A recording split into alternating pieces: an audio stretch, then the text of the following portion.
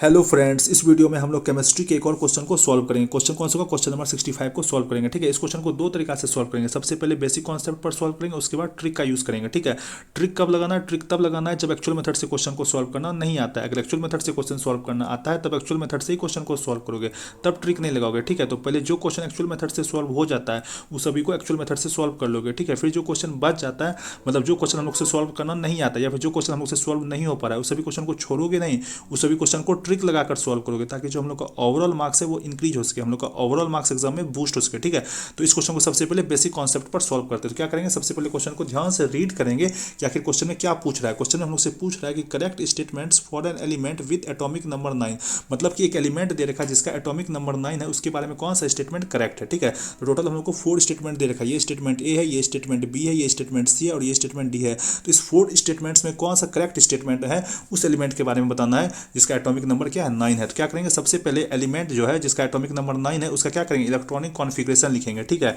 Electronic configuration कैसे लिखेंगे? तो एक कोई भी एलिमेंट ई है, ठीक है, जिसका एटॉमिक नंबर 9 है। ठीक है, तो इसका इलेक्ट्रॉनिक कॉन्फ़िगरेशन कैसे लिखेंगे? चूंकि इस एलिमेंट का एटॉमिक नंबर 9 है तो इसमें टोटल 9 इलेक्ट्रॉन्स होगा। ठीक है, नंबर ऑफ इलेक्ट्रॉन्स क्या होता है? एटॉमिक नंबर के बराबर होता है। ठीक है, तो चूंकि इस एलिमेंट का एटॉमिक नंबर 9 है तो इसमें कितना क्या कहते हैं? इलेक्ट्रॉन्स होगा। इसमें 9 इलेक्ट्रॉन होगा। तो इसका इलेक्ट्रॉनिक कॉन्फ़िगरेशन कुछ इस तरीके से लिख सकते हैं। 1s ऑर्बिटल में 2 इलेक्ट्रॉन, फिर 2s ऑर्बिटल में 2 इलेक्ट्रॉन और उसके बाद फिर 2p ऑर्बिटल में 5 इलेक्ट्रॉन्स। तो तुम देख सकते हो कि 1s ऑर्बिटल में 2, फिर 2s ऑर्बिटल में 2 और 2p ऑर्बिटल में 5। ठीक है, तो टोटल 9 इलेक्ट्रॉन्स हो गया। ठीक है, तो क्या करेंगे? सबसे पहले 1s ऑर्बिटल, 2s ऑर्बिटल और 2p ऑर्बिटल को यहाँ पर क्या करेंगे? ड्रॉ करेंगे। तो क्या करेंगे? 1s ऑर्बिटल, फिर 1s ऑर्बिटल को ड्रॉ करेंगे, फिर 2s ऑर्बिटल को ड्रॉ करेंगे, फिर 2p ऑर्बिटल को ड्रॉ करेंगे। ठीक है, तो ये हो गया अपना यहाँ पर क्या? यहाँ पर ये हो गया 1s ऑर्बिटल, ये 2s ऑर्बिटल और ये हो गया अपना 2p ऑर्बिटल। ठीक है, तो 1s ऑर्बिटल में कितना इलेक्ट्रॉन दे रखा है? 1s ऑर्बिटल में यहाँ पर 2 इलेक्ट्रॉन दे रखा है, तो ये 1 इलेक्ट्रॉन और ये हो गया 2 इलेक्ट्रॉन। फिर 2s ऑर्बिटल में भी 2 इलेक्ट्रॉन दे रखा है, ये 1 इलेक्ट्रॉन, ये 2 इलेक्ट्रॉन और 2p ऑर्बिटल में 5 इलेक्ट्रॉन दे रखा है, तो ये 1, ये 2, ये 3, ये 4 और ये 5। ठीक है, तो इस तरीके से टोटल हो गया अपने को 9 इलेक्ट्रॉन्स दे रखा है। ठीक है, इस एलिमेंट का इस एलिमेंट में टोटल 9 इलेक्ट्रॉन्स है। ठीक है, तो देखो स्टेटमेंट ए को रीड करते हैं कि इस स्टेटमेंट में क्या बोल रखा है। स्टेटमेंट ए में बोल रखा है कि there can be 5 electrons for which M S किसको बोलते हैं? मैग्नेटिक स्पिन को बोलते हैं। तो there can be 5 electrons for which M S is equal to +1/2 and 4 electrons for which M S is equal to -1/2।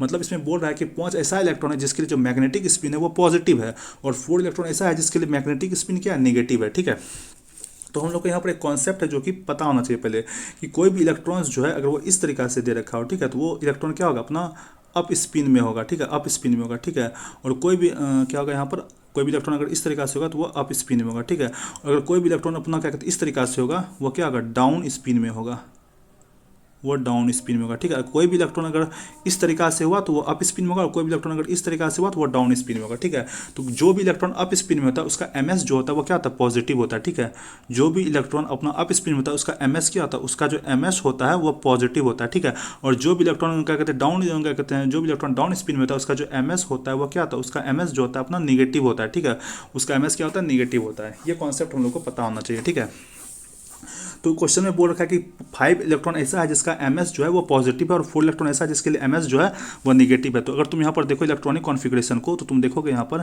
कि ये 1 इलेक्ट्रॉन, फिर ये क्या कहते हैं सेकेंड इलेक्ट्रॉन, फिर ये जो अपना थर्ड इलेक्ट्रॉन, फिर ये जो अपना फोर्थ इलेक्ट्रॉन और क्या कहते हैं ये जो अपना फिफ्थ इलेक्ट्रॉन, ये 5 ऐसे इलेक्ट्रॉन है जिसका क्या कहते हैं जो क्या है? अप स्पिन में है। चूंकि ये 5 इलेक्ट्रॉन्स अपना अप स्पिन में है तो ये 5 इलेक्ट्रॉन्स के लिए जो मैग्नेटिक स्पिन होगा वो क्या होगा? पॉजिटिव होगा। तो ये तो करेक्ट बोल रखा है।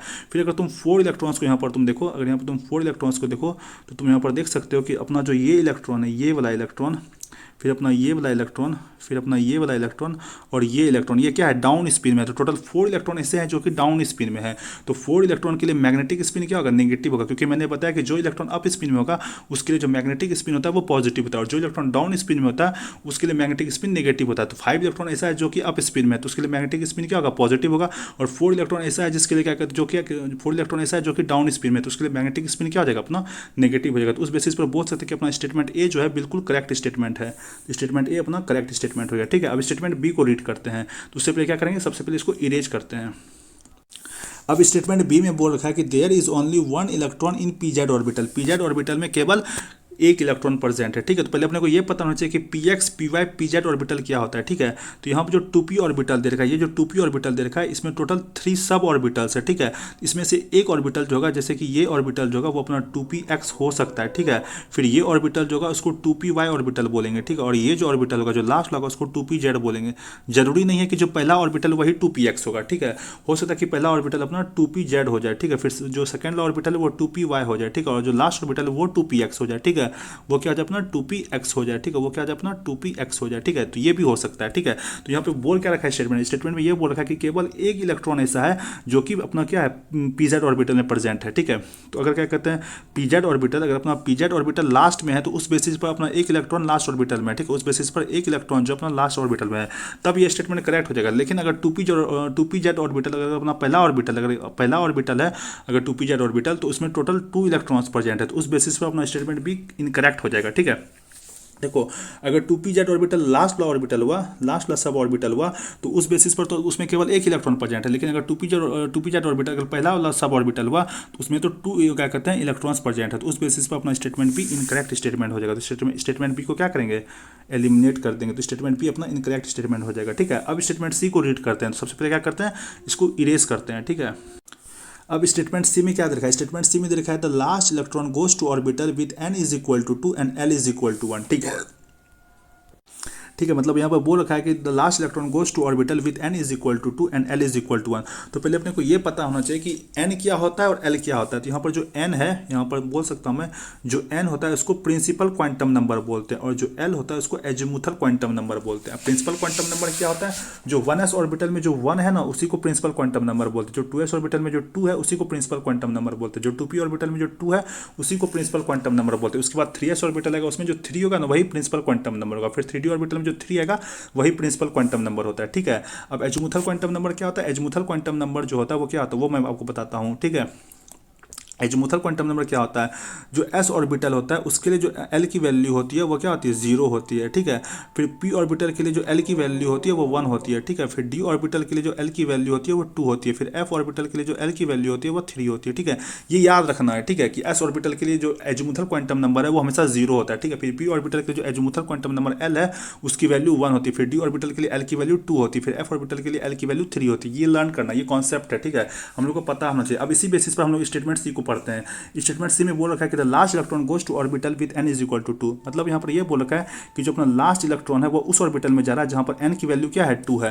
तो अपना लास्ट इलेक्ट्रॉन तो ये है, लास्ट इलेक्ट्रॉन अपना ये है। तो लास्ट इलेक्ट्रॉन किस ऑर्बिटल में, लास्ट इलेक्ट्रॉन उसी ऑर्बिटल में है जहाँ पर n की वैल्यू क्या है 2 है। तुम यहाँ देख सकते हो n की वैल्यू क्या है यहाँ पर 2 है। तो ये बात तो बिल्कुल सही है, ठीक है। और वहाँ पर l की वैल्यू क्या है 1 है। तो l की वैल्यू क्या है यहाँ पर 1 है। तो अगर तुम यहाँ पर चेक करो तो तुम देखोगे क्या चीज़ यहाँ पर तुम चेक करो तो यहाँ पर अपना तुम देखोगे कि अपना 2p ऑर्बिटल है तो p यहाँ पर आ रहा है। तो p के लिए मैंने क्या बताया, p के लिए मैंने बताया कि l की वैल्यू 1 होती है। तो ये बात भी बिल्कुल करेक्ट है। जो लास्ट इलेक्ट्रॉन है उस ऑर्बिटल में गया है जहाँ पर l की वैल्यू क्या है 1 है, क्योंकि 1 ये जो लास्ट इलेक्ट्रॉन है यहाँ पर बोल सकते हो, ये जो अपना यहाँ पर लास्ट इलेक्ट्रॉन है, ये जो अपना लास्ट इलेक्ट्रॉन है वह 2p ऑर्बिटल में है, ठीक है। तो 2p ऑर्बिटल में जो p है उसके लिए l की वैल्यू क्या है 1 है। तो उस बेसिस पर बोल सकते हैं कि जो लास्ट इलेक्ट्रॉन है वो उस ऑर्बिटल में जा रहा है जहाँ पर n की वैल्यू 2 है और l की वैल्यू 1 है। तो उस बेसिस पर बोल सकते हैं अपना स्टेटमेंट सी करेक्ट स्टेटमेंट है, ठीक है। तो यहाँ पर स्टेटमेंट सी भी क्या हो गया, करेक्ट स्टेटमेंट हो गया, ठीक है। अब अगर हम लोग को स्टेटमेंट डी के बारे में नॉलेज नहीं है तो भी यहाँ पर ऑप्शन को एलिमिनेट कर सकते हैं, क्योंकि statement A statement C correct statement है। तो जिस ऑप्शन में क्या कहते हैं स्टेटमेंट ए स्टेटमेंट सी नहीं दे रखा उसको एलिमिनेट कर दोगे। तो ऑप्शन नंबर 1 में देखो स्टेटमेंट ए नहीं दे रखा है तो उस बेसिस पर अपना ऑप्शन नंबर 1 नहीं हो सकता है, ठीक है। फिर तुम देखो ऑप्शन नंबर 4 में तो स्टेटमेंट सी नहीं दे रखा है तो उस बेसिस पर अपना ऑप्शन नंबर 4 भी एलिमिनेट हो जाएगा। अब 2 ऑप्शन बचता है, ऑप्शन 2 ऑप्शन 3, इसमें से तुम किसी एक ऑप्शन को गेस कर सकते हो। तो यहाँ पे 50% प्रोबेबिलिटी होगा कि अपना आंसर करेक्ट हो जाए। क्यों, क्योंकि अपन ने ऑलरेडी 2 ऑप्शन को एलिमिनेट कर दिया है, ठीक है। बस केवल 2 ऑप्शन बचता है, ऑप्शन 2 ऑप्शन 3, उसमें से तुम किसी एक ऑप्शन को गेस कर सकते हो, ठीक है। क्योंकि स्टेटमेंट ए स्टेटमेंट सी ही केवल करेक्ट स्टेटमेंट है। हो सकता है कि डी करेक्ट हो जाए, ठीक है। तो लेकिन ऑप्शन नंबर 1 में तो क्या करते हैं, ऑप्शन नंबर 1 में तो अपना ए दे ही नहीं रखा है तो उस बेसिस पर 100% श्योर है कि ऑप्शन 1 तो अपना ऑप्शन नहीं होगा, ठीक है। आंसर अपना ऑप्शन नंबर 1 नहीं होगा, ठीक है। फिर तुम देखोगे कि अपना ऑप्शन नंबर 4 में सी दे ही नहीं रखा है जबकि सी तो करेक्ट स्टेटमेंट है। तो उस बेसिस पर बोल सकते हैं कि अपना ऑप्शन नंबर 4 भी आंसर नहीं होगा। तो ऑप्शन 2 ऑप्शन 3 में से कोई एक आंसर हो सकता है। तो यहाँ पर तुम आप गेस कर सकते हो, ठीक है। अब अगर इस क्वेश्चन को ट्रिक से सॉल्व करें तो कैसे सॉल्व करोगे। अब अगर इस क्वेश्चन को ट्रिक से सॉल्व करें, इसमें कौन सा ट्रिक लगाएंगे, इसमें ट्रिक लगेगा सिमिलर ऑप्शन। इसमें कौन सा ट्रिक लगाएंगे, इसमें ट्रिक लगाएंगे सिमिलर ऑप्शन। मतलब कि जो ऑप्शन अपना क्या होगा, सिमिलर होगा, आंसर उसी में से होने का चांसेस ज्यादा होता है। जो ऑप्शन देखने में अलग होगा, जो ऑप्शन ऑड वन होगा, उसको क्या करेंगे, एलिमिनेट कर देंगे। बस जो यहाँ पर जो अपने को 4 ऑप्शन दे रखा है, उस 4 ऑप्शन को यहाँ पर ध्यान से ऑब्जर्व करना है। ये रहा ऑप्शन नंबर 1, ये रहा ऑप्शन नंबर 2, ये रहा ऑप्शन नंबर 3 और ये रहा ऑप्शन नंबर 4। तो तुम यहाँ पर ध्यान से देखोगे कि अपना ऑप्शन नंबर 2 में ए दे रखा है, फिर ऑप्शन नंबर 3 में ए दे रखा है और ऑप्शन नंबर 4 में ए दे रखा है। मतलब 3 ऐसा ऑप्शन है, ऑप्शन 2, ऑप्शन 3 और ऑप्शन 4, 3 ऐसा ऑप्शन है जिसमें ए दे रखा है, ऑप्शन 1 में ए नहीं दे रखा है। तो उस बेसिस पर ऑप्शन 1 क्या हो गया, ऑड वन आउट वन हो गया। तो ऑप्शन नंबर 1 को यहाँ पर एलिमिनेट कर दोगे। ठीक है, फिर से अगर तुम 4 ऑप्शन को तुम यहाँ पर ध्यान से ऑब्जर्व करो तो तुम देखोगे कि अपना ऑप्शन नंबर 1 में सी दे रखा है, फिर ऑप्शन नंबर 2 में भी सी दे रखा है और ऑप्शन नंबर 3 में भी सी दे रखा है, पर ऑप्शन नंबर 4 में सी दे ही नहीं रखा है। तो उस बेसिस पर यहाँ पर क्या हो गया, ऑप्शन 4 यहाँ पर ऑड वन आउट वन हो गया। तो यहाँ पर ऑप्शन नंबर 4 को भी क्या करोगे, एलिमिनेट कर दोगे। यहाँ पे ऑप्शन नंबर 4 भी एलिमिनेट हो गया। ठीक है, अब ऑप्शन 2 ऑप्शन 3 में से किसी एक ऑप्शन को तुम यहाँ पर गेस कर सकते हो। तो यहाँ पे 50% प्रोबेबिलिटी होगा कि अपना आंसर करेक्ट हो जाए, क्योंकि अपन ने ऑलरेडी 2 ऑप्शन को एलिमिनेट कर दिया। अगर तुम 4 ऑप्शन में, अगर तुम यहाँ पे 4 ऑप्शन में से ब्लाइंड गेस करते तो बहुत कम चांसेस होता है अपना आंसर करेक्ट होने का। पर यहाँ पर ऑलरेडी 2 ऑप्शन को एलिमिनेट कर दिए हो, अब तुम यहाँ पर गेस करोगे तो ज़्यादा चांसेस होगा अपना आंसर करेक्ट होने का। इसको बोलते हैं इंटेलिजेंट गेसिंग। तो इस क्वेश्चन को तुम एक्चुअल मेथड से भी सॉल्व कर सकते हो और अगर एक्चुअल मेथड नहीं आता है तो ट्रिक लगाकर भी इस क्वेश्चन को आसानी से सॉल्व कर सकते हो। ठीक है, अगर आपको वीडियो पसंद आया तो प्लीज़ वीडियो को लाइक कीजिए। आप लोग चैनल को सब्सक्राइब नहीं करते तो प्लीज़ चैनल को सब्सक्राइब भी कीजिए। Thank you.